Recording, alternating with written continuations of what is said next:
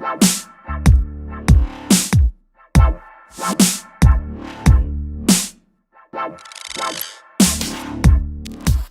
general, can you tell us about your journey in journalism and how you came into Web3 and crypto in the first place?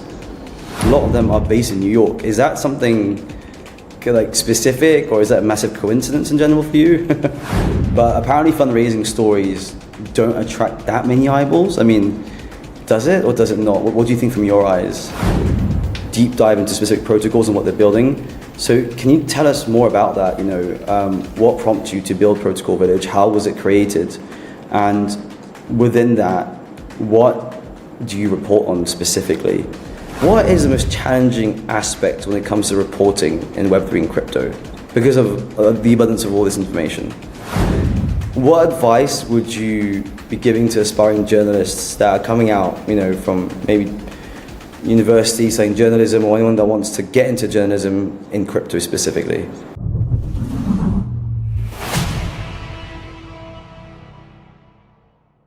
Hey guys, I hope everyone's doing really well. Welcome to the Reporters Roundtable, where today we'll dive into the stories behind the stories as you sit down with the journalists who are shaping the narrative of Web3, blockchain, and the future of finance. So from breaking news, in-depth investigations, there are voices that bring clarity to the complex and ever-evolving world of crypto. And today we have on our first interview, Bradley Keoun, Managing Editor at Coindesk. So Bradley, thank you so much for taking the time with me today. It's a pleasure and it's an honor to have you on. And I hope you're doing really well where you are at the moment. Yeah, thanks, Kim. Really appreciate you having me on. 100%. We've been working with you for a while, obviously sending you some amazing stories and obviously looking at what you've been doing in the space. That's why I thought it'd be great to have you today on the interview. Obviously, you've been doing a lot in the space by not only obviously being involved with Coindesk, but also building up your own column and obviously having your own stage this year at Consensus as well. So we're really happy that we were able to see you there and to catch up with everyone there as well. How was your experience of Consensus this year, actually? It was great. Yeah. Let's see. We had the Protocol Village stage where we had a lot of the top protocols present, their top technology roadmaps for, the sort of near term, medium term. And we had, a bunch of great panels, although a lot of people say they don't like the panels, but I think they're super interesting. I always love the panels. And then, lots of side events. You always feel like you're missing out somewhere, somehow. All the time. But I really enjoyed it this year as well. I think it was very constructive this year. There was a lot of different narratives that are on play. And it was just great to obviously meet you guys in general at Coindesk, because obviously you guys have brought a lot to the space. But yeah, in terms of that in general, I think it's really important to kind of rewind all at the beginning, at the start of your career, because I think there's a lot of people also listening into this that would like to, jump into the world of journalism when it comes to crypto, which is a very specific and extremely niche. So on the basis of that, I would love to start off by asking more about your journey in general. Can you tell us about your journey in journalism and how you came into Web3 and crypto in the first place? Sure. Well, let's see. I believe it or not, I got an engineering degree, an electrical engineering bachelor's degree as an undergrad, and my joke was that if I ever actually did engineering, people would die. But I did the curriculum and then just, didn't really want to be an engineer because I wanted to be a writer. And then I sort of dinked around for a few years. Believe it or not, I worked in electric vehicles for a company called Solar Car Corporation. It was like one of my first jobs out of college in Melbourne, Florida. And then I went to grad school. I knew I wanted to be a journalist, and I went to grad school at the University of Florida, got a master's degree in journalism, that sort of allowed me to pivot away from engineering towards journalism. And then I landed a job. I started freelancing for the local paper, the Gainesville, Florida Sun, and they hired me full time. I was a police beat reporter, so just covering, shootings and all kinds of crazy stuff. And I covered the schools beat, and then I kind of followed my wife's career around. We moved to Chicago, and I got a job. I was with the Chicago Tribune for a year, again, just covering sort of police beat, fire, general news. And then we moved to New York, again with my wife's job, and I got a job with Bloomberg News in 2000, initially covering the commodities markets, and then I got onto the Enron story.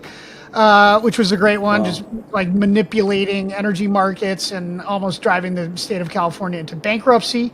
And then there was a giant another big story I covered in 2004 was there was a giant blackout across the northeastern United States. It was the biggest blackout ever in the United States, and I was Bloomberg's lead reporter covering that. It was really, really incredible. Sort of real time kind of figuring out what had gone wrong. And then I moved to the finance team covering Wall Street for Bloomberg, and I covered the financial crisis from the front lines, covering Merrill Lynch, the collapse of Merrill Lynch, which was bought by Bank of America, and also the collapse. Really, it was the collapse of Citigroup. They had to be bailed out by the Federal Reserve and by the Treasury Department. And then after that, I worked with a team of people. We analyzed secret emergency lending for the Federal Reserve. We filed a historic FOIA for data related to secret lending from the Fed. We fought. They denied that. We won at a lower court, and then we won at an appeals court. We appealed to the Supreme Court, and the Supreme Court denied cert. So the Fed had to give us this data.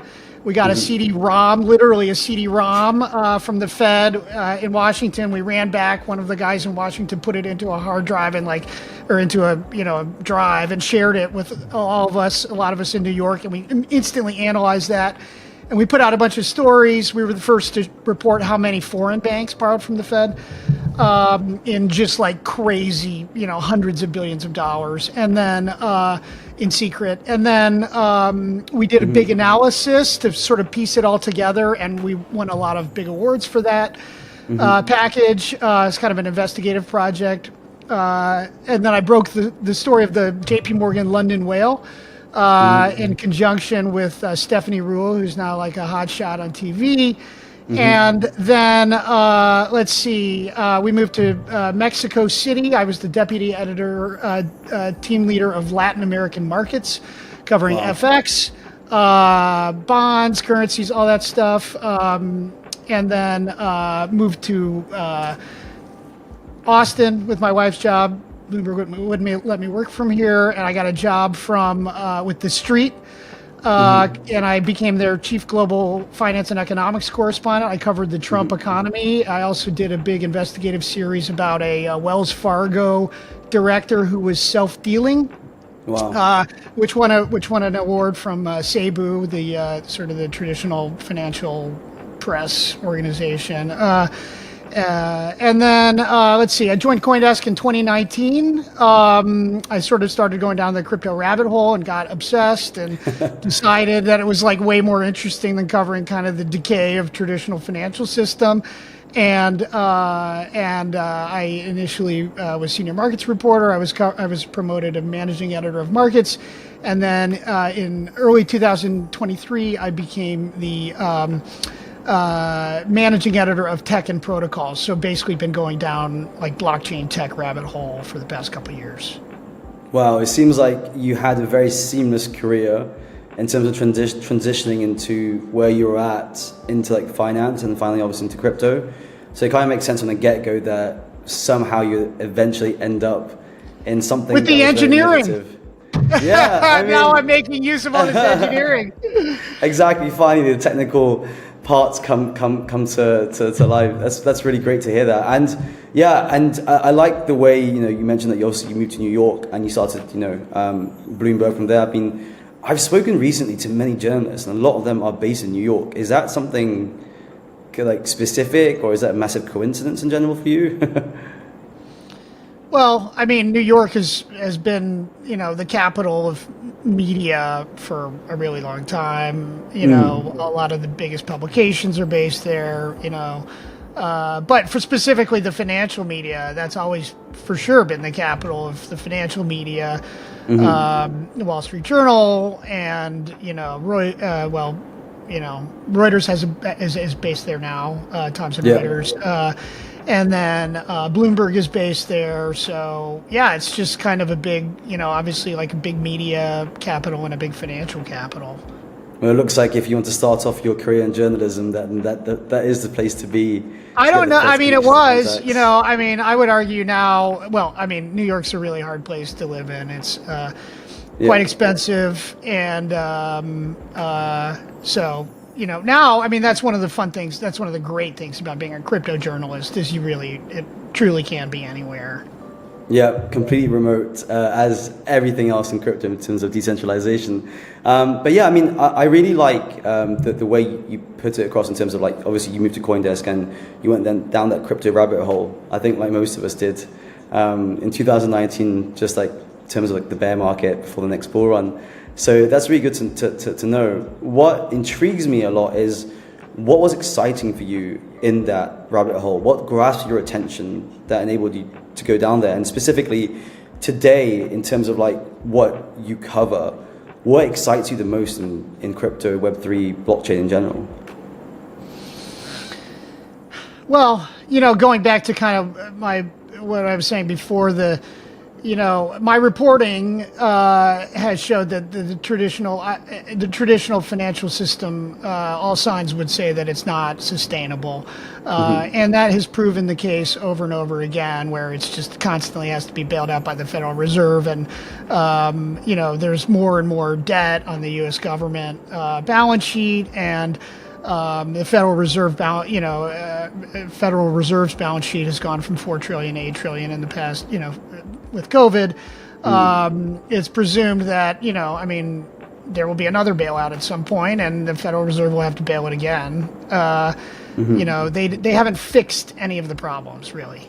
The entire U.S. financial system and therefore the global financial system is, sort of the dollar-based global financial system is still backed by the Federal Reserve. You can see it all in the swap lines they have with foreign central banks. And then separately, here's this thing that's sort of coming out of nowhere over the past 15 years. It's technology that's just kind of caught fire, and you just see it. Engineers see this thing and they can't leave it. People come to crypto and they don't go back because it's just so fascinating and interesting. One of the interesting things, what I think is an interesting contrast between the dot-com boom of the late 90s and the blockchain boom. Okay. In the late 90s, you basically had Wall Street betting on all the emergence of .com. Web 2, yeah. Yeah. Now, crypto is a new technology, but it also is a financial technology. And so crypto has its own markets. So crypto is actually the place where people are betting on the emergence of crypto. That is fascinating, and that is basically already taken that away from Wall Street. You can't bet on Solana on Wall Street. You know what I mean? You have to be in the digital asset markets to bet on Solana. Obviously, there's a Bitcoin ETF now, but there's however many tens of thousands. I haven't looked recently. Now there's all these meme coins too, but there's like.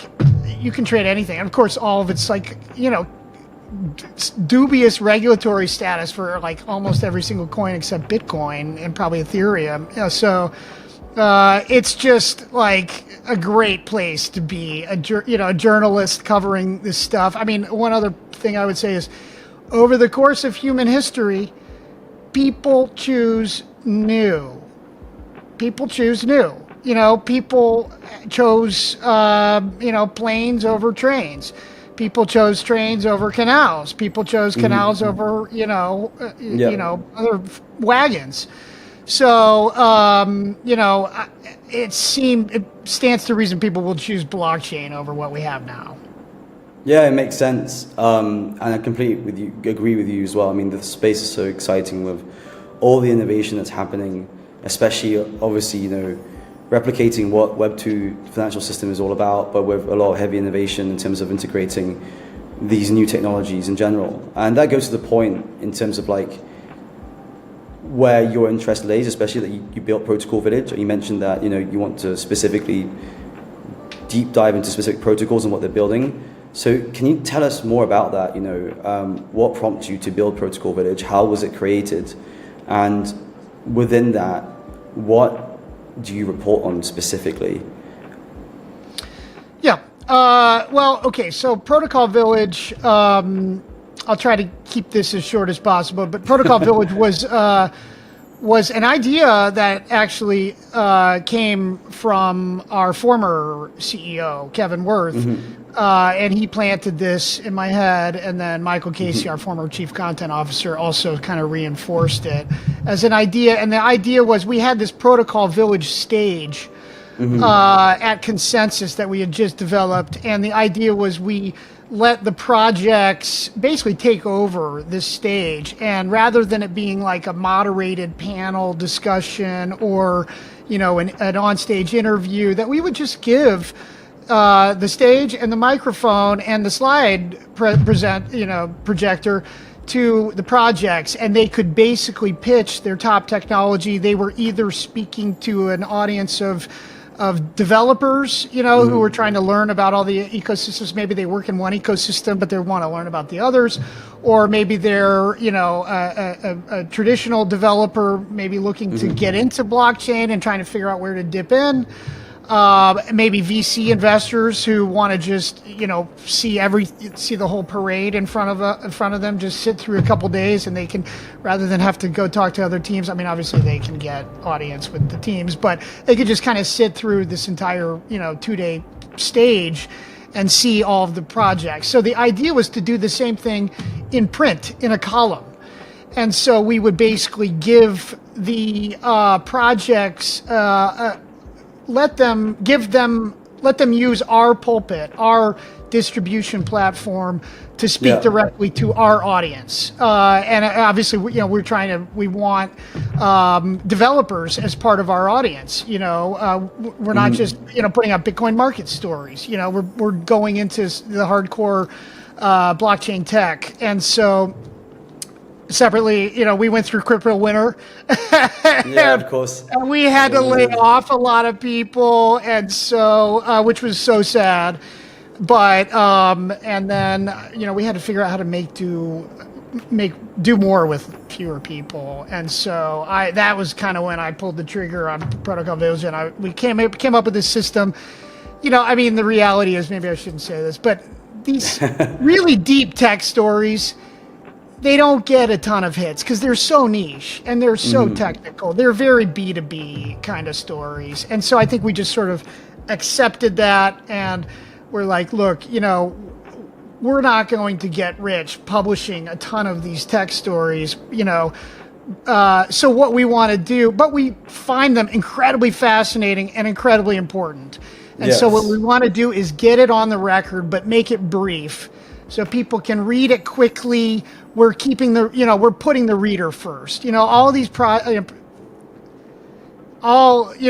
off to PR Genius. Y'all have sent me some great projects and press releases, but we get so many press releases, like 30, 40 a day of people, and everybody thinks their project is great, and they're super interesting, but we just don't have time to cover them all. So just keep it short, and people don't have time to read them all. And so we just want to put it all in one place, make it easy for people to skim. There's actionable links in each of these items.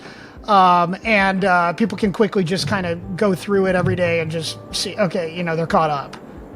That's amazing. I really appreciate the fact that, you guys have a column for these projects to showcase what they're doing, and to transition from a keynote speech, at the conference to a column is great, and it brings a lot to the space in general, because obviously, you know, we have all these projects that are shitting and, you know, that raise millions and so on, but there are also other core projects that are looking to build systems and integrations that are taking the space further, and they do need that you know, that light shine onto them in general. So I really do appreciate that, and it's good to hear that, like, you know, in general, everything's going really well and you're getting a lot of submissions as well. It's a lot of work, but it is so fascinating, Kim. It's so fascinating. I mean, I've gotten really good at going into, here's my little, you know, to spill some alpha. You know, if you want to learn about a project fast, type the name of the project with the word DOCS, docs.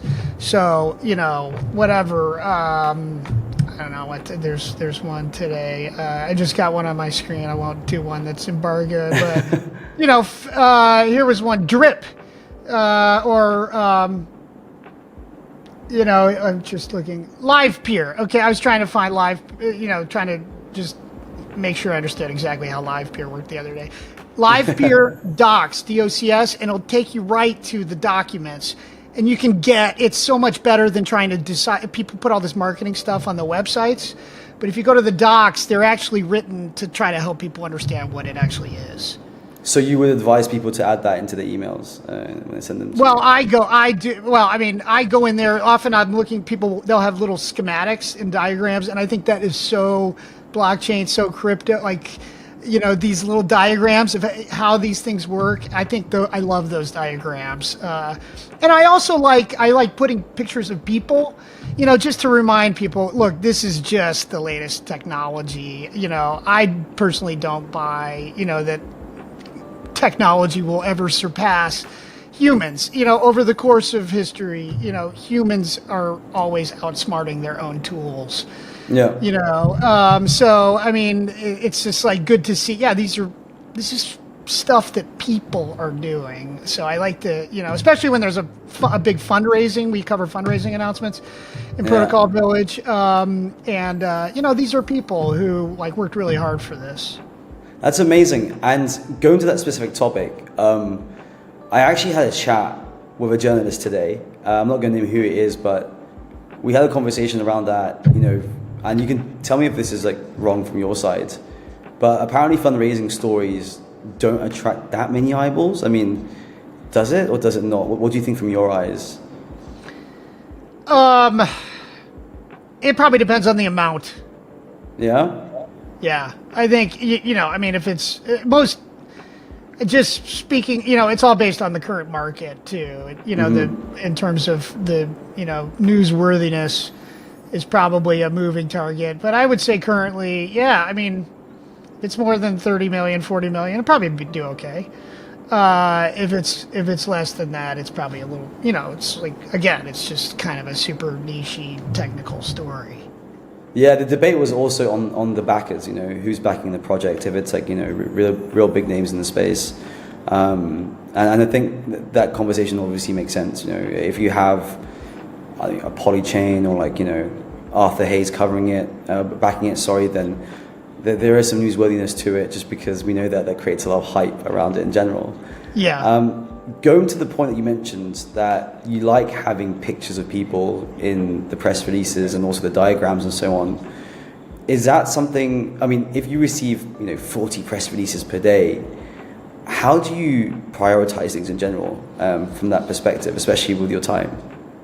Well, okay, so Protocol Village is focused on blockchain tech. Mm-hmm. So a lot of times people pitch stuff like this, you know, some kind of DeFi thing, or it's hey, you know, it's like about an airdrop, or, you know, it's about a new partnership or collaboration, and or an integration, you know, and if it's like a really major project, we'll include that. But I think we're kind of more interested in core blockchain tech. So if it's, you know, a totally new blockchain, you know, project emerging from stealth, and here's what it's going to do, and here's how it's going to work, that's good for us. Or if it's like, an existing project kind of rolling out a V2 or a V3 that is like kind of, material advance over what they have now. And, that's also good. Or, sometimes we'll do use cases. Like I had one that I featured, which was this project that,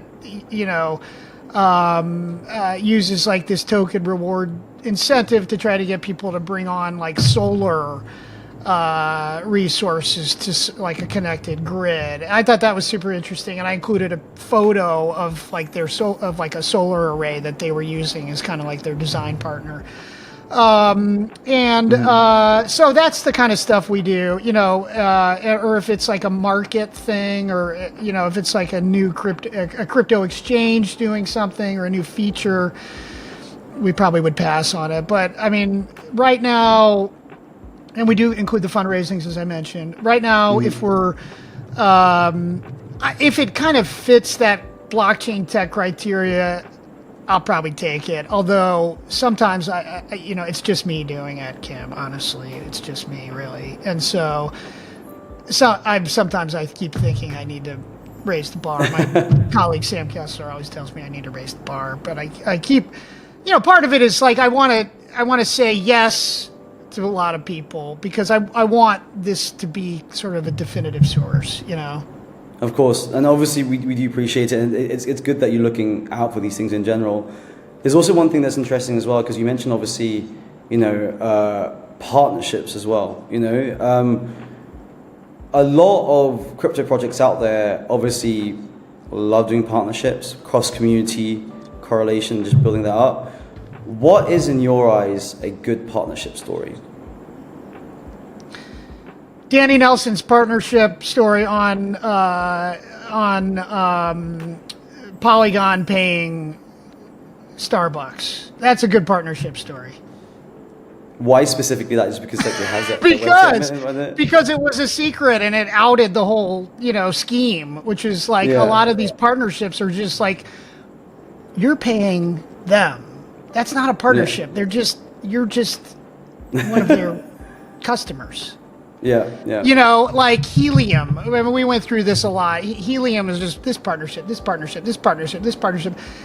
And it was just like, what does that mean? What is a partnership? Helium, you're paying. We talked to T-Mobile about it. They work with T-Mobile for some part of their like the holes in the grid, and T-Mobile's like, oh yeah, they're just like from our perspective, they're just a wholesale customer.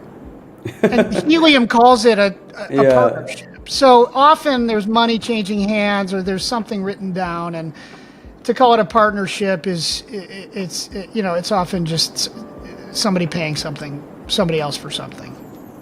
That makes sense. I mean, at the end of the day, they would think differently, but from your perspective, because you've been in this for so long, already you call it out fast. Well, it depends. Like, I mean, we still run a lot of this stuff in Protocol Village, just to be clear. Just because, sometimes it'll be like, we're partnering with them to develop this. Of course, yeah. That's good. But it's just like we're partnering with them because we can both bring each other more business. Maybe that's less interesting. So based on that, then, because I feel that I love your energy, because I feel that obviously you love the space so much. And especially the fact that, from a perspective where I am from, the fact that you delve into diagrams and graphs and so on as well is refreshing. Based on that, because you've been, how long has Protocol Village been running for? About a year and 3 months, probably. Okay, so since, let's say, 2019, and obviously developing Protocol Village after, let's say, a year and a half, what has been some of, the particular pieces of stories that you're very proud of, that you really enjoyed? Well, it's stories or I mean, Protocol Village is like one thing I do during my day. It's a pretty major part of my day, but I mean, editing Meteor stories, last year we were sort of the first to really call out the trend of what we called blockchain in a box, which was all these layer 2 teams coming out with stacks. their stacks, which really is what we're seeing the product of that now, which is just, it takes 2 seconds to spin up a new layer 2. And we're seeing an explosion of like all these layer 2s and layer 3s. So I was, I'm psyched when we are first on a big, blockchain theme. And then, this year, over the past couple months, I mean, I've edited some of the stories by Sam Kessler, who's my deputy, but is also kind of like senior reporter at large covering blockchain tech, who did all the stories about like the deals with eigenlayer tokens. Oh yeah, that was a big and kind of getting like real journalism, following the money and showing what's really going on, and calling out some of the maybe more, unsavory parts of what's happening in this industry. Well, going to that point, because you mentioned that, you guys predicted that trend developing, and obviously that trend is huge now, as you mentioned before. There's layer 2s on every chain possible. There's more and more, obviously, on Bitcoin in general. What trends and developments in Web3 are you most excited about? And also, how were you able to predict that in general from your perspective? Well, experience is there's no substitute for experience, honestly. Like, I mean, the mantra that a year in crypto is 7 years anywhere else, and if you turn it around every couple months, if you sort of invert that ratio, every few months is a year. Yeah. So every couple of months, a year has gone by.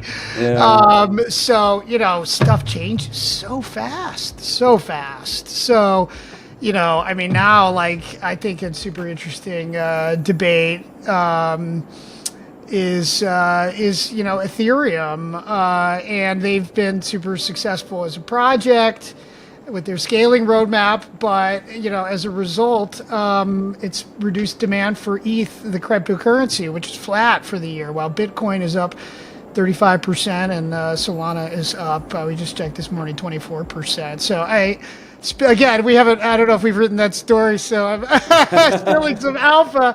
But I think that is a super interesting story. I mean, obviously, I've personally been super involved in covering the build on Bitcoin narrative that's emerged, Bitcoin layer 2s. And I broke the story of Robin Linus's BitVM2 that came out probably about a month ago, a few weeks ago, I can't remember. But, it's like, the analogy I think is super interesting from a tech perspective is Bitcoin is this like super rudimentary thing.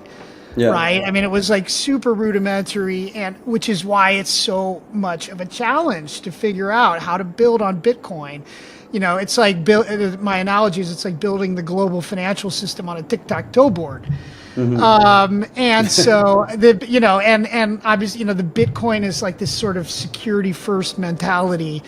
But now it's kind of been taken over by like all these, there's lots of VC money coming in now, and everybody was, they say it's Bitcoin, it's a Bitcoin layer 2, but is it really a Bitcoin layer 2? How do you peg in, how do you peg out the Bitcoin? What is really going on in the guts of this thing? Because some of this stuff may not work out. So obviously, thank you so much for the alpha information. I like the fact that you have those narratives in mind. Are there any other narratives right now that ring a bell to you that you think would be also something that we'd love to look into? Because we're seeing just an abundance of deep in narratives, obviously AI narratives, most recently narratives around oracles and so on as well. I mean, what's your stance around that? Because these are very specific and niche narratives, but there is such a hype within that just because we can see obviously signs of fundraising scaling up in these spaces, and not only fundraising from top VCs in the Web3 space, but also Web2 as well. Sequoia, AZ16 are getting involved, especially that they have their new startup cohorts and so on. So based on that, are there any narratives today that, apart from the ones that you just mentioned, that you would love to look into furthermore? Well, let's see. I mean, just, to your point, like interoperability, that's, that's obviously a huge narrative. There's all these blockchains, right? And why would you use one over the other? They have communities, but, what is the world? If the idea is we're sort of building this for these people who are going to arrive someday, but how is it all going to fit together? You build Chicago and you build New York and you build Houston and Los Angeles, but there's no highways, so how are those all going to come together? And there's a million different technologies and a million different competitors, and there's a million blockchains now, so is there going to be a shakeout? Or what will be the standard? Is it EVM or is it SVM or is it, something else? And, everything kind of, you can sort of choose what you want and it all works together, or is one thing going to basically beat out everything else? So based on that then, obviously that is a very big topic. Everyone's trying to solve that problem in general. Is there a specific topic or story today, and let's say the next upcoming months, that you've been wanting to cover, but you've not been able to do it just yet, or an interesting topic from that perspective? Well, I'm nervous about giving away too much. No, just but, I think there's a lot of. One thing, a big idea. Blockchain has taken the money printer away from central banks and governments, or they've not taken it away; they've invented a new one, and nobody's controlling that. These projects are basically pressing a button and all of a sudden there's, all these other tokens and it's creating new money. It's like if you study measures of the money supply in traditional finance, you have sort of, there's like all M0, M1, M2, there's the central bank money, and then the banks basically, they're printing money. Whenever they make a loan, they have like a, fractional reserve banking. They basically printing money and giving you a loan. And so there's a bigger money supply there. And, is that, we haven't done this, so I was just thinking about it, but, how is that measure? How are the traditional people who measure the money supply, are they counting crypto? And how are they counting it? If cryptocurrencies are 2 trillion or whatever, 3 trillion, I don't know exactly what the market cap is now, but where is that in the Federal Reserve's measure of the money supply? I think that would be a really cool story. That's a really cool but we story, haven't done actually. it. No, it's a really good topic. And we all know that 45% of USD was actually printed since 2020, which is insane. And to have that correlation and the balance between what you just mentioned is really interesting. But I'm going to stop there. I don't want to get you to say too much alpha source. Sorry, but that brings me actually to a point actually, because your job every day is to indulge so much information. Yeah. So there's information that's interesting for you. There's information that's interesting to the general audience, and there's overall information, and that is interesting for both parties. Now, obviously, you're very limited in terms of your hours and so on. So what is the most challenging aspect when it comes to reporting in Web3 and crypto because of the abundance of all this information? A year ago, I came up with a mantra that not a day goes by when I don't hear about something for the first time that it seems like everybody else already knows everything about. It is a daily humiliation, there is just it's sort of like playing guitar. you're never gonna be as good as somebody else, and there's just like so many directions you can go with it. That is one of the things that is truly fascinating about blockchain. I've been doing it, I've been trying to learn as much as I can, drinking from the fire hose for 5 years, and I still feel like there's so much that I'm just like clueless about. On the other hand, going back to, I'm glad I started 5 years ago. Yeah. I feel like, if blockchain's moment does come, there's going to be a lot of traditional financial journalists who are going to have a lot to learn, and so at that point, hopefully, say a few prayers, my skill set will become more valuable. No, that's great that you note that. I find it fascinating because I wouldn't be able to, take all this information in, revise everything, choose the stories I want to write about, writing it up, feeling, pressured that I didn't miss anything during the day that was important, because obviously, it's not only the fact that, your reputation is on this, it's also the fact it's the outlet in general. Coindesk is such a pioneer in the space when it comes to news coverage that, it'd be bad if you missed something important. So I do appreciate you putting that forward. Yeah. One idea, it's really good to be a part of a team, to be a part of a team, because there's just too much otherwise. I can't imagine. And yeah, hopefully, your team will get bigger down the line with more people listening to this and wanting to join in general. And yeah, that brings me to the point, what advice, again, this is very common questions, but what advice would you be giving to aspiring journalists that are coming out, from maybe university studying journalism, or anyone that wants to get into journalism in crypto specifically? Well, let's see. I'm not totally sure. There are a million paths that anyone can take. One foot in front of the other is a pretty good strategy in life in general, I find, just sort of starting somewhere and finding where that path takes you with maybe some idea of kind of what you like, and having that be your compass. But sadly, Google is just eating all these journalism jobs. Like, they're hard to come by.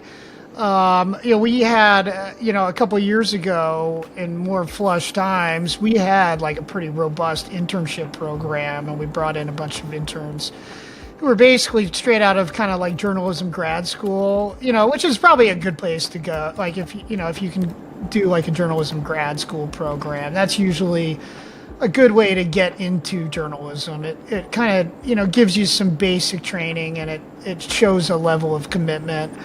And a level of desire to be doing this job.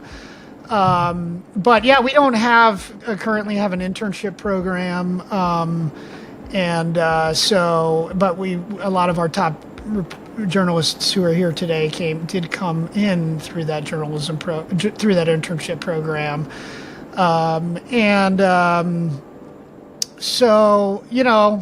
I don't know. I don't know how.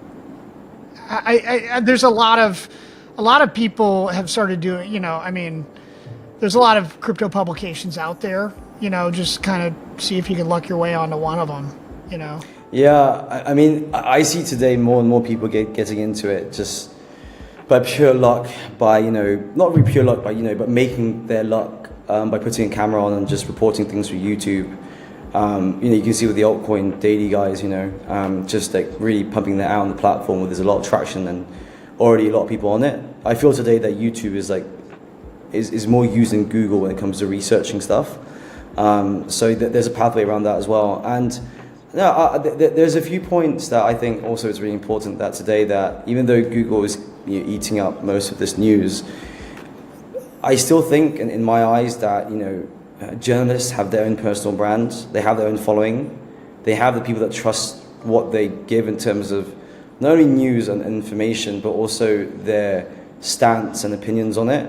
especially when it comes to other incumbent stakeholders in the space, such as like, mainly investors and policymakers in general. So I do believe that even obviously part of the job and the role is to get information out. It's also the fact that you guys know so much about the space that having your opinions could definitely in some sense inspire things to happen faster when it comes to rules, regulation, and also investors as well. So at the end of the day, it's really important that people understand that you guys are just a lot more than just journalists reporting on stories. And I've seen that recently a lot with the space. People asking specific journalists on what they think about this company and so on.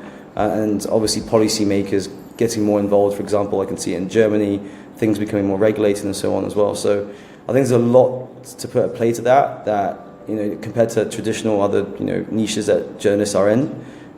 So yeah, great job so far. So it's well, we're definitely not advocates. Even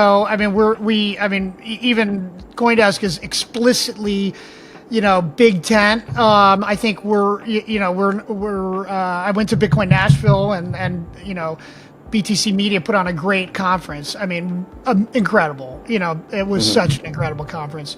But they're very explicitly pro Bitcoin. And we're more agnostic. I think if somebody asked me what, I know I've had colleagues in the past who said they were no coiners. I think I would say, from a theory, I'm not a huge like crypto investor, but I'm like from like a philosophical perspective, I'm probably a some coiner. Yeah. Like something's, I don't know which one it's going to be. One of these things is going to do well, Bitcoin's obviously like, I think that is important to remember that Bitcoin is like, worth way more than everything else combined. I try to keep that perspective, that's like disproportionate to, again, the press releases we get, Kim, is like less from the Bitcoin, arena. But it's fast. Again, we're not promoting it, but I think it is true that we all find it super fascinating and fun. It's never a boring day. This thing will come out later, but we were just talking about the debate. The presidential debate is tonight on our news meeting. Yeah. And we were, one of the story ideas was like, will people launch meme coins based on like stupid phrases that are uttered during the debate? Like, that is like a great story. So, it's just never a dull moment. So it's pretty fun. Most likely they'll be picked up. I've seen so many things about that recently. So that's good to know. That's good to know. Now, obviously, we know over time. I think we should wrap up very soon, but I've got one last question, and this is the thing about crypto. What I love the most is there's always a very good human touch to things in general, and I like to ask you specifically, outside of your professional work, Brad, what's something that people might be surprised about you, or like something that you would like to say just outside the journalism space? I'm a pretty hardcore singer. Oh wow! Oh yes, yeah. You did mention this. Yes, true, I'm not pro, but I did take like voice lessons for a number of years, and I learned to sing opera, and now I'm singing kind of like I've also now have learned to play like lots of jazz chords on guitar, and so I'm sort of like I have a repertoire that includes like songs repurposed from the Mexican Los Trios, if you know that era, like kind of 40s, 50s Mexican music, which I find just incredibly beautiful. There was a singer named Javier Solis. I had to perform lots of his songs in kind of like a Texas bluesy, jazzy style. And then also have been more recently doing like sort of Great American Songbook, doing the song All or Nothing at All, like Frank Sinatra song. Amazing. Yeah, and I've done operas in Italian, French, English, like songs, arias, and English, Italian, French, and Spanish. That's very impressive. Yeah, I'm singing it in one language, you can do it with 4 languages. That's insane. Where can we find you? I mean, do you have a Spotify or anything? No, I am, and I'm also singing in a church choir, and I recently performed a song called "Peace in the Valley," which is one of the greatest gospel songs of all time. Amazing. By Thomas A. Dorsey. It's on Facebook. Well, guys, if you want to go to church one day and catch Bradley singing, you guys know where to go, somewhere in Austin. But yeah, that's great to know. Well, thank you so much for your time, Bradley. I won't take you up as too much longer. I think everything that you said today was amazing, was very helpful for our audience in general, and I really appreciate everything. One last question again. Hey, you're a journalist. Always one more after the one more. Yeah, one more, because I think this would be really good. But in general, if people were to send you stories, how can they send you stories if they were interested to work with you? Well, I mean, as you know, Kim, the Protocol Village submission form is how you submit for Protocol Village. If people, and by the way, people can put stuff in there, and we could, theoretically pull it out and do like a full story on it if it's like super important or big number or interesting. But yeah, people can hit me on email. My information's pretty easy to find. A lot of people have me on Telegram. Those are probably the primary ways. Amazing. Well, thank you so much again, and I really appreciate your time. And yeah, have a great day, and hopefully I'll catch you at a conference very soon. Yeah, thank you. Thank you so much, Brad. Cheers. Perfect. That was